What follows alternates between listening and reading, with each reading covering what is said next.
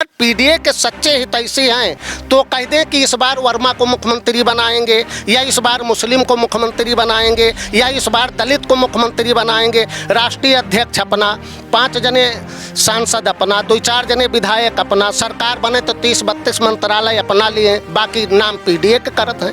ये गलत बात है। अगर इतना बड़ा आंदोलन मथुरा के मंदिर के लिए की है होती, जहाँ से मतलब सृष्टि रची गई है, जहाँ से यदुवंश चला है, और यदुवंश ही नहीं चला है भाई, श्रीमद् भागवत कथा का उदय समझो वहीं हुआ है। तो कथा का व्यवसायीकरण हो गया है। जो सत्यनारायण भगवान के कथा गांव में कह लिए थे, वो श्रीमद् भागवत कथा कहे का शुरू कर दिए थे। मेरे कहने का मतलब है, जिसका शास्त्र का ज्ञान हो, जिसको वेद का ज्ञान हो, वो हर व्यक्ति कथा कह सकता है। उनको सज़ा मिलनी चाहिए। जिन्होंने 4 ब्राह्मणों ने ये अगर गलती की है तो 4 करोड़ ब्राह्मण को आप फांसी नहीं दे सकते हो। मूल मंत्र ये है, अब सारी समाजवादी पार्टी केवल ब्राह्मण को गाली देने में लगी है। इटावा की एक घटना सामने आ गई। घटना निंदनीय है, ये मैं भी कहता हूँ, लेकिन जिस तरह से अब बातें सामने निकल कर आ रही हैं, क्योंकि अब 2 बिरादरी आमने सामने हैं, यादव और ब्राह्मण। लगातार मैं देख रहा हूँ सोशल मीडिया नेटवर्क पर कि यादव बिरादरी के लोग ब्राह्मण कास्ट को जो है अनाप शनाप लिख रहे हैं, और ब्राह्मण बिरादरी की तरफ से भी सवाल जवाब दिए जा रहे हैं। अखिलेश यादव इसी बीच उन लोगों को बुलाते हैं जिनके साथ ये घटना हुई, उनको अपने ऑफिस बुलाते हैं, सम्मान देते हैं। इन सब तमाम पहलुओं को लेकर क्या इसके पीछे का कारण है, इस घटना को लेकर हमारे साथ राजनीति के मामले में कुशल जानकार और अपनी बेबाक आवाज़ के लिए विख्यात भीम सिंह जी मौजूद हैं। अयोध्या में मैं आज हूँ। सवाल पहला है, इटावा में जो कुछ हुआ, आप इस पूरी घटना को कैसे देखते, पहले तो ये बताइए। देखिए, घटना तो गलत है। अगर आदमी कथा कह सकता है तो कथा सुन भी सकता है, जो सुन सकता है वो कह भी सकता है, लेकिन ये कि इसका जो राजनीतिकरण हुआ है ये गलत है। उनको सज़ा मिलनी चाहिए। जिन्होंने 4 ब्राह्मणों ने ये अगर गलती की है तो 4 करोड़ ब्राह्मण को आप फांसी नहीं दे सकते हो। मूल मंत्र ये है, अब सारी समाजवादी पार्टी केवल ब्राह्मण को गाली देने में लगी है, और वो शीर्ष नेतृत्व तक, अखिलेश से लेकर के और एक मतलब बूथ अध्यक्ष तक केवल ब्राह्मण को गाली दे रहा है। ये गलत है, ये नहीं होना चाहिए। उनको सज़ा मिलनी चाहिए, और कड़ी से कड़ी सज़ा मिलनी चाहिए जिन्होंने इस तरह का कार्य किया है। श्रीमद् भागवत कथा कोई भी बिरादरी हिंदू समाज में अगर शिक्षित है, पढ़ा लिखा है, तो कह सकता है, और उसका मान सम्मान है। और तमाम लोग कहते भी हैं। भाई ऋतंभरा जी कौन है, उमा भारती जी कौन है, ब्राह्मण तो है नहीं। कुछ गलतियां उनकी रही होंगी, अग्निहोत्री लिखते हैं, ये देखिए छिपाना भी नहीं चाहिए, और जो कृत्य वहाँ के लोगों ने किया है वो भी नहीं करनी चाहिए, दोनों निंदनीय हैं। लेकिन इसका मूल मंत्र ये है कि राजनीतिकरण नहीं होना चाहिए। जिस तरह से समाजवादी पार्टी ने पूरे ब्राह्मण समाज को टारगेट किया है, और फेसबुक पर, इंस्टाग्राम पर जहाँ आप देखिए सिवाय गाली, ये गलत चीज़ है। एक आदमी अगर गलती करता है तो 1000 आदमी को आप सजा नहीं दे सकते। उसकी माँ बहन की गाली आप नहीं दे सकते हो, सारी ब्राह्मणी को गाली आप नहीं दे सकते हो। ये बहुत गलत चीज़ है। अखिलेश यादव ने फिर बुलाकर सम्मान दिया, अपने कार्यालय में बुलाया, इसके पीछे का क्या मकसद था? सम्मान नहीं, उनको न्याय दिलाना चाहिए। कड़ी से कड़ी उन 4 लोगों को सजा मिलनी चाहिए, और इनको न्याय मिलना चाहिए। इसमें अपमान और सम्मान की क्या बात है?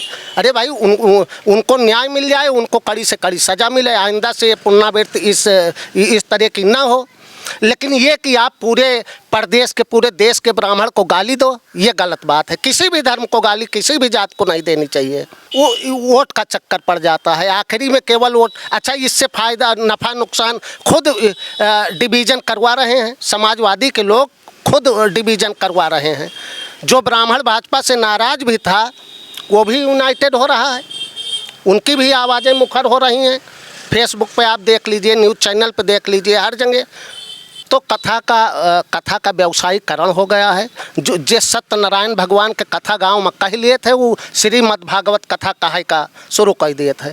मेरे कहने का मतलब है, जिसका शास्त्र का ज्ञान हो, जिसको वेद का ज्ञान हो, वो हर व्यक्ति कथा कह सकता है। सुनने वाले लोग जिनकी इच्छा हो सुने, जिनकी इच्छा ना हो ना सुने।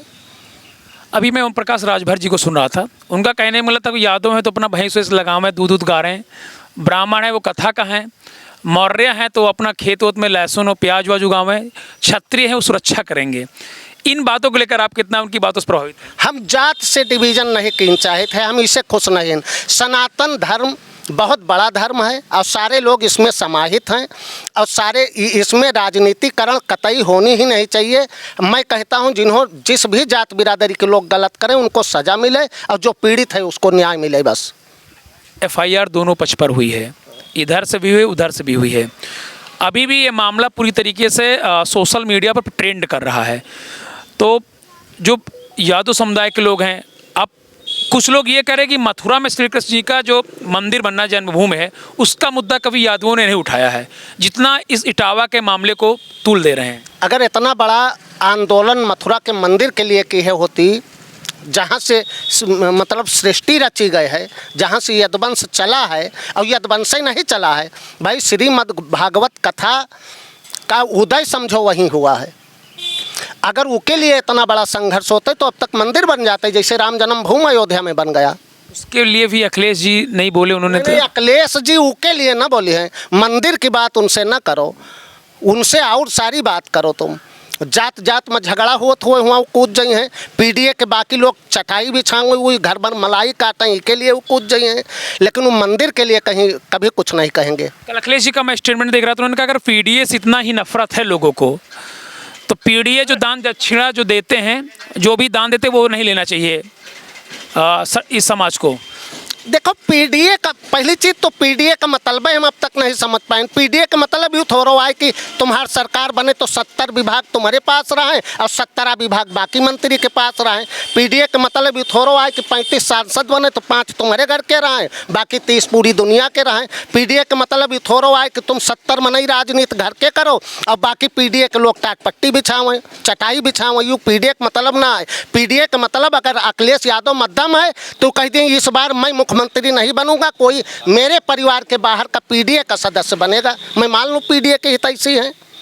PDA का मतलब केवल बहलाना फुसलाना है, लोगों जनता को गुमराह करना, बस यही काम है। वो कह दें अगर PDA के सच्चे हितैषी हैं तो कह दें कि इस बार वर्मा को मुख्यमंत्री बनाएंगे या इस बार मुस्लिम को मुख्यमंत्री बनाएंगे या इस बार दलित को मुख्यमंत्री बनाएंगे। राष्ट्रीय अध्यक्ष अपना, 5 जने सांसद अपना, 2-4 जने विधायक अपना, सरकार बने तो 30-32 मंत्रालय अपना लिए, बाकी नाम PDA के करत हैं। ये गलत बात है। चलिए, इटावा की घटना में लास्ट में क्या कहना चाहेंगे? जो लोग अफवाह फैला रहा सोशल मीडिया ट्रेंडिंग, उनके लिए भीम सिंह की तरफ से क्या अपील है? नहीं, मेरे तरफ से यही अपील है, चाहे वो यादव भाई हो चाहे ब्राह्मण भाई हो, एक दूसरे का सम्मान करो। हम लोग मिलजुल के रहते आए हैं। किसी ने अगर गलती की है तो उसकी सज़ा दिलाओ, उसके लिए आंदोलन करो। किसी को गाली और गुप्तारी फेसबुक पर न बको।